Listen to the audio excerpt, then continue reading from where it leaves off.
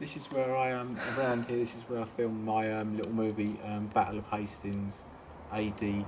2016. It was only a small setup, so and I only had this one little camera to do all the shots, and it was something that I've always been interested in, and it's my crack at making a little movie. Um, William the Conqueror actually visited a small castle here, and a lot of Norman knights came from this area, and preparations were made. And as it progressed, this was the starting point for the Norman knights to go on to Hastings.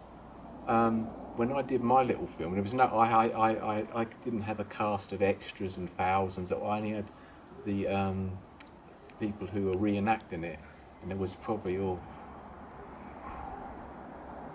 maybe 60 or 70. The Anglo-Saxons were Polish actually, and the Normans were, French, Norman French. And then I filmed it all, and then I spent about 3 months editing it together to try and bring it into some coherent action film. But I've always been interested in the Battle of Hastings. I think it's a great opportunity to make it into a major movie, and it's just a shame that I know certain people have tried to bring that to fruition, make it into a movie, but there's always been problems with the finance and I suppose the American market, if it would appeal to the American market. But King Harold and William the Conqueror were two different, complicated characters, and we all know the story now about when Edward the Confessor died. He promised the throne, allegedly, to William the Conqueror. But the Godwinsons, and Harold Godwinson was one of the brothers, he thought he was going to be made king, and he was then made king, and that set off the chain of events where William the Conqueror, to back himself up, got the blessing of the Pope, so he's on some kind of holy mission to gain the kingdom of England. King Harold really didn't had it really stacked against him because he had a wayward brother, Tostig, who was causing rebellion in the north, and so Harold had to go up to the north and expel his brother, Tostig.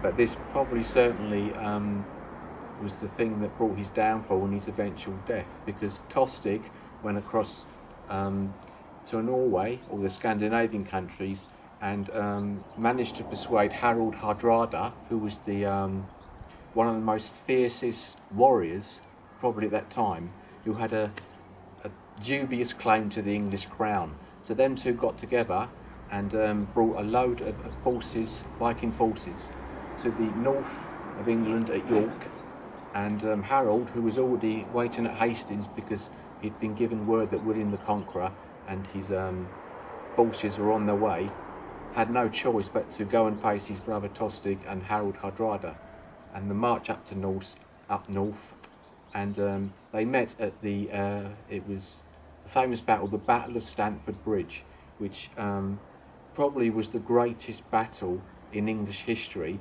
if events had turned out different. But after Harold had crushed Harold Hardrada and Tostig, William the Conqueror landed at Hastings, and so he had to march all his troops back down to, well, first of all he picked up men on the way, and then he got to London. When he went to London, his brothers and his mother pleaded with him not to go, and said to him to bring William the Conqueror to London and there fight him and defeat him. But what was happening, William the Conqueror was killing loads of Anglo-Saxons where he had landed in Hastings, and Harold felt a sense of duty. I suppose anybody really would, and plus he had his tail up with just beating Harold Hardrada, and he marched his forces down to Hastings, and that's where they met at a place near Battle. Harold had the high ground, had the advantage. William the Conqueror had knights, and every time they tried to get up to the hill, they were repelled back. Unfortunately, something happened where word had got around that William the Conqueror had died, and then part of the Anglo-Saxon forces under King Harold lost their discipline and charged down the hill. William the Conqueror, as the legend goes, removed his hat, or his helmet, and proclaimed, "I am alive, I am for the kingdom."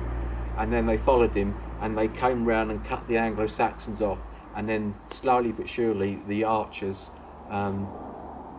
finished the rest of the troops off, and then the final conclusion is the arrow went into Harold's eye and killed him. William the Conqueror then set about to basically rape and pillage and destroy everything in his path until he got to London, where he was crowned in Christmas Day 1066. He was a brutal king. He stamped his authority on the country. He destroyed a whole Anglo-Saxon class, basically a type of genocide. And in the north, when there was a rebellion in the north, he brutally crushed it. He killed thousands of people. He destroyed their livestock. He destroyed their food. And then after that had been done, as years progressed, the Domesday Book was made, and all the disclosures and the lands of England were written down and recorded. Ironically, William the Conqueror ended his own life as he had begun it, because there was a battle in Flanders, and him being the real, brutal dictator, brutal knight that he was, forced his men forward, but a burning timber fell and his horse bucked up, or rose up, and he was severely injured because he was overweight when he impacted on the saddle. He was then taken to a church, and there was dying. But there's a real strange story that was written by a monk, who was, I think, I'm not totally sure, who was a bishop who was one of William the Conqueror's relatives. And William the Conqueror made a confession how he had regretted the destruction he caused, how he regretted the murders and the wipeout of the rebellion in the north, which seemed very strange because he was, not known for that. And then he died, ironically, and all these fellow knights and nobles left and ran to their own parts of Normandy before chaos ensued. And that basically is the whole story, and that's what fascinates me and why I made my little film. And maybe one day someone will come along and do it justice and make a real proper production of it, make a real good movie. Okay? Thank you, Nathan, for your good storytelling there. What was it like to film here with all the general public around? That was a real pain in the arse, basically, because there was nothing I could do to. I mean, there's no way out because you had speakers and you had microphones and stuff. So I tried to make it like loosely like some kind of time travel reenactment. Not all the soldiers had come back to fight each other once again, and the bystanders were unaware of this and just watched it. So is it true that you had problems with drones? Yeah, there was a bleeding drone that kept flying in the air and going round and round. Harold, the main character, Harold's head. So I had to somehow try and get the camera to cut that out. There was also another bleeding cameraman who kept getting in the way of every fight scene. I was trying to do close-ups and he was in the way, and I had to cut him out. Then I had to do digital effects to get him out of the way and stuff. With the sound, I couldn't get any public domain sound, so I had to use all the sound from the actual battle, and I remixed it all in Mixcraft 8.